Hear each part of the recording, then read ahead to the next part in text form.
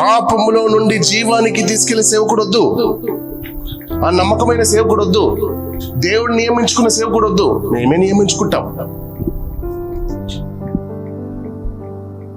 ఇప్పుడు మీరు నియమించుకున్న సేవకుని ద్వారా ఏం జరుగుతుంది చెప్పండి? ఏమైంది మీ స్వరాలు ఈరోజు?